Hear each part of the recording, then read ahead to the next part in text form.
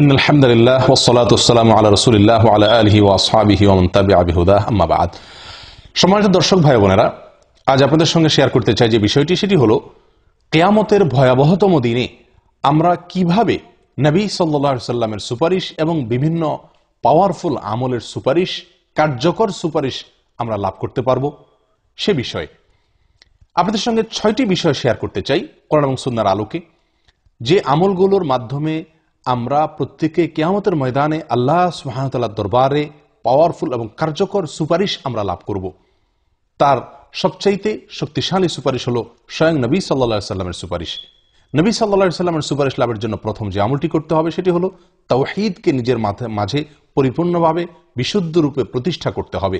শিরক এবং শিরকের কোনো আলামত থেকে, চিহ্ন লেশ থেকে, বড় শিরক এবং ছোট শিরক সবকিছু থেকে নিজেকে পরিচ্ছন্ন পবিত্র করে নিজের তাওহীদকে মজবুত করতে হবে। অন্তরের গভীর থেকে খালেসভাবে লা ইলাহা ইল্লাল্লাহ এ বাক্যের উচ্চারণ করতে হবে, বলতে হবে, স্বীকারোক্তি দিতে হবে। নবী সাল্লাল্লাহু আলাইহি সাল্লাম বলেন, আসআদুন নাসি বিশাফাআতি ইয়াউমাল কিয়ামাতি মান ক্বালা লা ইলাহা ইল্লাল্লাহ মুখলিসাম মিন কলবিহি, যেটি সহিহ বুখারীতে বর্ণিত হয়েছে। তিনি ইরশাদ করেছেন, কিয়ামতের ময়দানে আমার সুপারিশ লাভ করে ধন্য হবে, সবচেয়ে সৌভাগ্যবান হবে ওই ব্যক্তি যে ব্যক্তি অন্তর থেকে লা ইলাহা ইল্লাল্লাহ বলবে, খালেস ভাবে, পিওর ভাবে, শিরক ইত্যাদি থেকে মুক্ত এবং পরিচ্ছন্ন করে সম্পূর্ণ আল্লাহর জন্য তাওহীদকে প্রতিষ্ঠা করে সেই রকম ভাবে মুখে বলবে লা ইলাহা ইল্লাল্লাহ। তখন আল্লাহ তাআলা তার ওই ব্যক্তি আমার সুপারিশ লাভে ধন্য হবে, সৌভাগ্যবান হবে। তাহলে একটি আমল আমরা পেয়ে গেলাম, তাওহীদকে নিজের ভেতরে সুন্দর করে প্রতিষ্ঠা করে লা ইলাহা ইল্লাল্লাহ পাঠ করা খালেস ভাবে অন্তর থেকে। এটি যত বেশি করতে পারবো, যত ভালো করে করতে পারবো, যত মজবুত করে করতে পারবো, নবী সাল্লাল্লাহু আলাইহি সাল্লামের সুপারিশ আমি তত বেশি নিশ্চিত করতে পারবো ইনশাআল্লাহ। দ্বিতীয়, কিয়ামতের ময়দানে যে সুপারিশ আমার কাজে আসবে ভয়াবহতম দিনে, দুনিয়ার কোনো বিপদের মতো বিপদ নয়, মানুষের জীবনের সবচেয়ে বড় বিপদের সময় আমাকে সুপারিশের মাধ্যমে, কার্যকর সুপারিশের মাধ্যমে সহায়তা করবে যে আমলটি, সেটি হলো কোরআনে কারীমের তেলাওয়াত।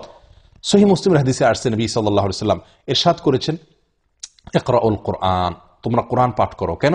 ফাইন্নাহু ইয়াতি ইয়াউমাল কিয়ামাতি শাফিআন লিআসহাবিহি, কারণ কোরআন তার তেলাওয়াতকারী, তার পাঠকারীদের জন্য কিয়ামতের ময়দানে সুপারিশকারী হয়ে আসবে, উপস্থিত হবে, সামনে চলে আসবে কিয়ামতের ময়দানে সুপারিশকারী হয়ে। যে ব্যক্তি দুনিয়াতে কোরআনকে তেলাওয়াত করবে সবসময় সহিহ, শুদ্ধ রূপে, বিশুদ্ধ রূপে, অর্থ সহকারে বুঝতে তেলাওয়াত করতে পারলে আরো ভালো। কোরআন কারীমকে তেলাওয়াত করা, এটি কিয়ামতের ময়দানে আল্লাহর দরবারে পাওয়ারফুল এবং কার্যকর একজন সুপারিশকারী আমরা এর মাধ্যমে পেয়ে যাব। অতএব দ্বিতীয় আমল পেয়ে গেলাম, সেটি হলো কোরআন কারীমকে তেলাওয়াত করা। এর ফলেও কিয়ামতের ময়দানে আল্লাহর পক্ষে আল্লাহর কাছে আমাদের পক্ষে এক পাওয়ারফুল সুপারিশকারীকে আমরা পেয়ে যাবো ইনশাআল্লাহ। তৃতীয় যে আমলটি সেটি হলো সিয়াম বা রোজা, নফল রোজা, বিশেষ করে ফরজ রোজা তো বটেই, এর পাশাপাশি নফল রোজা যত বেশি আমরা রোজা রাখবো, নফল ফরজ বলে কোনো আলাদা পৃথক করা হয়নি, বরং সাধারণভাবে রোজা যে ব্যক্তি রাখবে সেই ব্যক্তিকে এই রোজা কিয়ামতের ময়দানে তার পক্ষ হয়ে আল্লাহ সুবহানাহু ওয়া তাআলার কাছে সুপারিশ করবে। মুসনাদে আহমদের হাদিসে আসছে, নবী সাল্লাল্লাহু আলাইহি ওয়াসাল্লাম বলেছেন, আস-সিয়াম ওয়াল কুরআন ইয়াশফাআন লিল আবদ, বান্দার জন্য সিয়াম, রোজা এবং কোরআন এই দুটি বিষয় সুপারিশ করবে কিয়ামতের দিন। ইয়াকুল সিয়াম, সিয়াম বলবে, রোজা বলবে, এই রব্বি, হে আমার রব, মানাতুহু আত-তাআম ওয়াশ শাহওয়াত, তাকে আমি খাদ্য এবং শাহওয়াত, তার প্রবৃত্তির চাহিদা, এগুলো থেকে আমি তাকে দূরে রেখেছিলাম দিনের বেলায়। ফাশাফা'নি বিহি, অতএব ফিহি, তার ব্যাপারে আমার সুপারিশ আপনি গ্রহণ করুন আল্লাহ। কোরআন বলবে, ওয়ায়াকুলুল কোরআন মানাতুহু আন-নাওমা বিল-লাইল ফাশাফা'নি ফিহি, কোরআন বলবে, আল্লাহ রাতের বেলা আমি তাকে ঘুমোতে দেইনি, সে জেগে জেগে আমার তেলাওয়াত করেছে, তেলাওয়াত শুনেছে, আমাকে নিয়ে সে ব্যস্ত ছিল, অতএব আমার সুপারিশ তার ব্যাপারে, তার পক্ষ হয়ে আমার সুপারিশকে আপনি গ্রহণ করুন। এবং নবী সাল্লাল্লাহু আলাইহি সাল্লাম বলেন, ক্বাল ফায়ুশাফাআন, আল্লাহর পক্ষ থেকে তাদের উভয়ের সুপারিশকে গ্রহণ করা হবে। অতএব সম্মানিত ভাই বন্ধুরা, আসুন কোরআন কারীমকে তেলাওয়াত করি এবং সিয়ামকে খুব গুরুত্বের সাথে সিয়ামকে পালন করি। রমজান মাসের সিয়াম অবশ্যই, আর সম্ভব হলে নফল সিয়ামও মানুষের জন্য সুপারিশ করে। 3 নম্বর আমরা আমল পেয়ে গেলাম। চতুর্থ যে আমলটি আল্লাহ সুবহানাহু ওয়া তাআলার কাছে কিয়ামতের দিন আমাদের পক্ষ হয়ে সুপারিশ করার জন্য আমাদেরকে উপযুক্ত করবে, সেটি হলো, এবং এই সুপারিশ স্বয়ং নবী সাল্লাল্লাহু আলাইহি সাল্লামের সুপারিশ, সেটি হলো আজান। আজানের পরের যে দোয়া আছে সে দোয়া পাঠ করা। সহিহ বুখারীতে বর্ণিত হয়েছে নবী সাল্লাল্লাহু আলাইহি ওয়াসাল্লাম ইরশাদ করেছেন, যে ব্যক্তি এই দোয়া পাঠ করবে আজানের পরে, আল্লাহুম্মা রাব্বা হাযিহি দাওয়াতি তাম্মাহ ওয়াস সালাতিল কাইমাহ আতি মুহাম্মাদানিল ওয়াসিলাতা ওয়াল ফাদিলাহ ওয়াবআথহু মাকামান মাহমুদানিল্লাযী ওয়া'আদতাহ, এতটুকু এই দোয়াটুকু, আল্লাহুম্মা রাব্বা হাযিহি দাওয়াতি তাম্মাহ ওয়াস সালাতিল কাইমাহ আতি মুহাম্মাদানিল ওয়াসিলাতা ওয়াল ফাদিলাহ ওয়াবআথহু মাকামান মাহমুদানিল্লাযী ওয়া'আদতাহ, এই দোয়াটুকু যে ব্যক্তি পাঠ করবে, হাল্লাত লাহু শাফাআতি, ওই ব্যক্তির জন্য আমার সুপারিশ অবধারিত বা সুপারিশ তার জন্য হয়ে যাবে, মঞ্জুর হয়ে যাবে, সুপারিশ সে পাবে। তাহলে এই হাদিস থেকে আমরা জানতে পারলাম, যদি আজানের পরে নিয়মিত আপনি এই দোয়া পাঠ করেন এবং আপনার মাথায় অবশ্যই এটা থাকা ভালো উচিত যে আমি এই দোয়া পাঠ করার মাধ্যমে নবী সাল্লাল্লাহু আলাইহি ওয়াসাল্লামের সুপারিশকে আমাদের ময়দানে পাবো, অতএব এই দোয়া পাঠ করা। 4 নম্বর আমরা আমল পেয়ে গেলাম, যেটি সহিহ বুখারীতে বর্ণিত হয়েছে। 5 নম্বর যেটি সহিহ মুসলিমে বর্ণিত হয়েছে, নবী সাল্লাল্লাহু আলাইহি ওয়াসাল্লাম ইরশাদ করেছেন, মদিনার কষ্টকে উপেক্ষা করে, মদিনার কষ্টকে সহ্য করে, মদিনা শহর ত্যাগ না করে যে ব্যক্তি মদিনায় বসবাস করবে, অবস্থান করবে, মদিনার কষ্টকে হজম করবে, সবর করবে, এটাকে সহ্য করবে নবী সাল্লাল্লাহু আলাইহি ওয়াসাল্লামের মহব্বতে, ভালোবাসায় এবং এই হাদিসের দিকে লক্ষ্য করে, ওই ব্যক্তির জন্য নবী সাল্লাল্লাহু আলাইহি ওয়াসাল্লাম কিয়ামতের দিন সুপারিশকারী হয়ে বা তার পক্ষে সাক্ষী হয়ে নবী সাল্লাল্লাহু আলাইহি ওয়াসাল্লাম স্বয়ং নিজে উপস্থিত হয়ে যাবেন। অতএব মদিনার কষ্ট করে বসবাস করতে পারা, এটিও আমাকে নবী সাল্লাল্লাহু আলাইহি ওয়াসাল্লামের সুপারিশ পাইয়ে দিবে।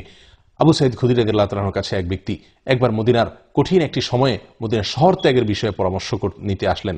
তখন তিনি বললেন, তোমাকে এই পরামর্শ তো আমি দিতে পারি না, এটা আমার জন্য কঠিন, কারণ আমি নবী সাল্লাল্লাহু আলাইহি ওয়াসাল্লামকে বলতে শুনেছি এই কথা, যে তিনি বলেছেন, যে ব্যক্তি মদিনার কষ্টকে উপেক্ষা করে, মদিনার সমস্ত অসুবিধাগুলোকে সবর করে যে ব্যক্তি থাকবে এবং মদিনাতে মারা যাবে, সে ব্যক্তির জন্য আমি কিয়ামতের ময়দানে সুপারিশ করব এবং অথবা সাক্ষী হয়ে তার জন্য আমি আল্লাহর দরবারে উপস্থিত হব। তাহলে 5 নম্বর আমল আমরা পেয়ে গেলাম। 6 নম্বর হলো অধিক পরিমাণে সিজদা করা। অধিক পরিমাণে সিজদা করা মুসনাদ আহমদের হাদিসে বর্ণিত হয়েছে, নবী সাল্লাল্লাহু আলাইহি ওয়াসাল্লামের একজন সেবক, যিনি তার খেদমত করতেন, হুজুর পানিটা নিয়ে অগ্রসর আগায় দিতেন, তিনি এবং সহিহ মুসলিমের ভিতরে পাশাপাশি এক ধরনের হাদিস এসেছে, তিনি নবী সাল্লাল্লাহু আলাইহি ওয়াসাল্লামের কাছে একবার যখন ছিলেন, নবী সাল্লাল্লাহু আলাইহি ওয়াসাল্লাম তাকে বললেন, তুমি আমার কাছে কোনো চাওয়ার আছে কিনা, তোমার যদি থাকে তাহলে পেশ করতে পারো। তখন লোকটি বলল, ইয়া রাসূলুল্লাহ, আমি আপনার কাছে, তখন তিনি বললেন, আমি আপনার কাছে চাই কিয়ামতের ময়দানে আপনি আমার জন্য সুপারিশ করবেন।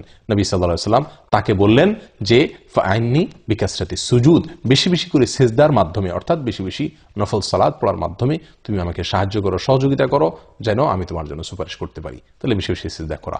আসুন আমরা আবারও এক নজরে জেনে নেই যে কোন কোন আমলগুলো আমাদেরকে কিয়ামতের ময়দানে নবী সাল্লাল্লাহু আলাইহি ওয়াসাল্লামের সুপারিশ এবং বিভিন্ন পাওয়ারফুল আমলের কার্যকর এবং গ্রহণযোগ্য নিশ্চিত সুপারিশ আমরা লাভ করতে পারবো, যাদের সুপারিশ গ্রহণযোগ্য হবে আল্লাহর দরবারে।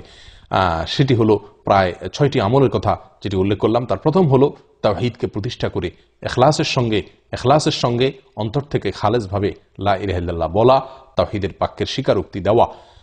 2 নম্বর হলো কোরআনে কারীমকে বেশি বেশি করে পাঠ করা সুন্দর শুদ্ধভাবে। 3 নম্বর হলো সিয়াম পালন করা, এটিও সিয়ামের সুপারিশের উপযুক্ত আমাদেরকে করে দিবে।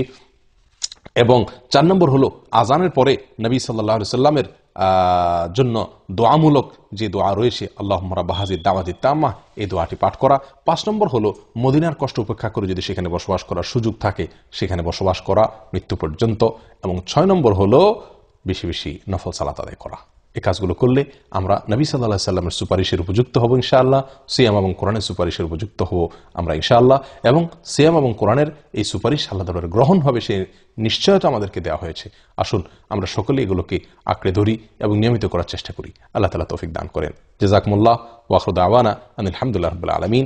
আসসালামু আলাইকুম ওয়া রাহমাতুল্লাহি ওয়া বারাকাতুহু।